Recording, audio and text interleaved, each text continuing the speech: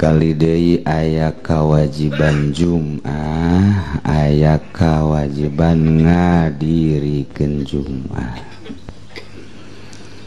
Ai wajib ngadirikeun Jum'ah mah di hiji lembur bilanganana nurutkeun cekaol jadi 40-an. Hiji-hijina tinu 40 bisa tahammul Fatihahna rapi teu meunang aya nu selek,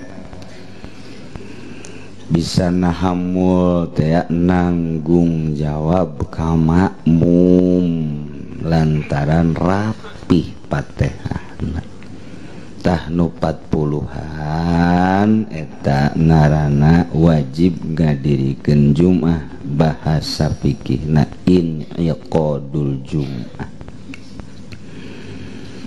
Lamun kurang ti 40-an atawa leuwih ti 40 ngan Fatihahna teu pernah diajikeun cara di Lampung waladhdallin.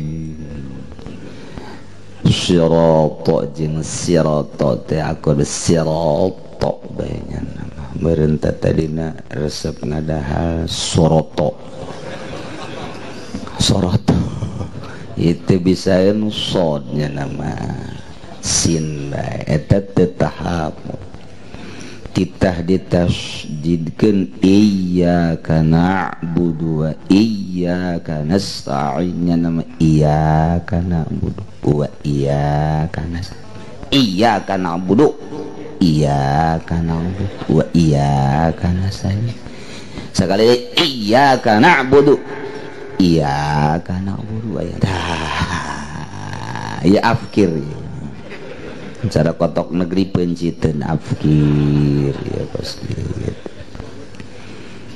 kurang ti 40 atawa leuwih ti 40 cara di lembur urang ngan Fatihahna teu rapih saware. Jum'ah bae tetep ngan wajib ngazohoran ihtiyab ngaranna. Lamun geus aya 40-an rapih Fatihahna ditanyaan hiji-hiji urang lembur dinya sia di mana ngaji Fatihah di Badrus Salam Cisoka. Sia di mana ngaji Fatihah Badrul Wasi' Serdang. Sia ngajina di mana ye di Serang di Tubagus Hafiz. Sia ngajina di Tubagus Kuncung. Sia ngajina di ditu di Kabai. Sia ngajina Tubagus di Ustadz Tabrani. Sia ngajina di mana Jajadian tapi bagus gula mah. Sakumaha buah daging sama Jajadian. Ngan baragus coba kabeh ge baragus ye 40-an haram ngazohoran. Haram ngazohoran. Jum'ah bengges beres Jum'ah wiridan balik teu meunang ngazohoran, haram ngazohoran anak lantaran teu aya sapeting salat genep ngan 5. Geus lamunnya Jum'ah nya zohor berarti urang nambahan salat. Mun geus rapi haram ngazohoran, ulah ngazohoran. Mantak dites saurang-saurang di lembur masing-masing coba barang dek asup ka masjid coba siapa Fatihah heula. Fatihah urang dinya asli urang Bitung teh urang Bitung. Fatihah siapa sia? Nu ieu alhamdulillah. Pasti berbes ya kajian gokobang.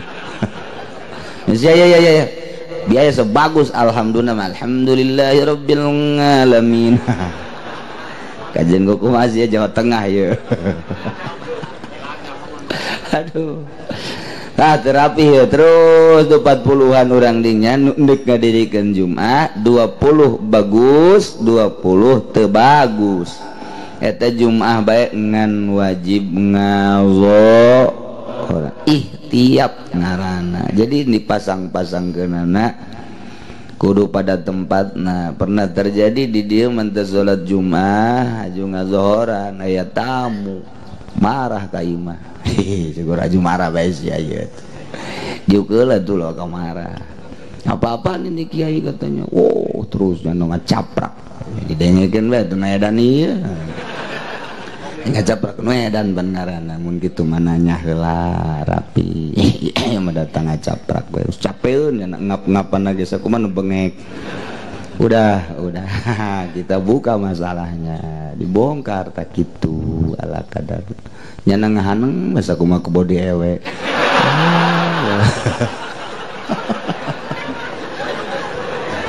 Hai geus kumaha aja udah meminta hampura banyana tapi bagus ujung-ujungnya atuh di kampung saya juga katanya mau begitu aja tuh ngazoran tuh terserah bapak di sono. Tah kos gitu pernah terjadi kula waktu masantren di Banjar itu pas ngalah suluh kayak tempat jauh kemudian sholat Jum'ah dirinya tah eta sholat Jum'ahna ambalaya jasa terapi haju saetikan terus teu sholat ngazohoran terus ngarobrol jeung urang di jarapi rame ngobrol akhirna paham tungtungna jadi ngazohoran lalaunan bere paham manan kitu ge can aya nu ngasupan paham secara fikih atawa nu mere ngasupanana nyanana henteu miki mentek jadi pabaliut bae. Alhamdulillah barang kula sababaraha bulan ngalasuluh deui haju kadinya deui Jumat rapih geus ngazohoran.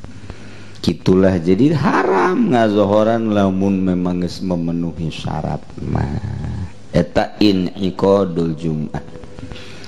Aya kewajiban Jum'ah mah asal geus akil balig mukallaf urang mana bae kewajiban Jum'ah. Urang Jawa caricing di Cilongok teu meunang ngadirikeun Jum'ah tapi wajib ngalaksanakeun Jum'ah. Di Cikupa urang Semarang urang Lampung Araraya wajib milu salat Jum'ah ka urang Cikupa ngadirikeun Jum'ah mah teu meunang. Di kantor Tangerang ti Belaraja ti Sepatan ti Koronjo alaladir dinya teu meunang ngadirikeun Jum'ah di kantor di lapanganana di masjidna lantaran lain urang dinya baralik ka lemburna masing-masing ngan wajib ngalaksanakeun Jum'ah milu ka urang Tangerang. Kitulah geus sababaraha kali tapi teu daek paham bae lantaran ngajina nundutan di handapeun tangkal Ambon. Eta tah kos kitu. Adapun dikaitkeun ka guru ngaji di dieu teh salat Jumat lain masalah meureun wali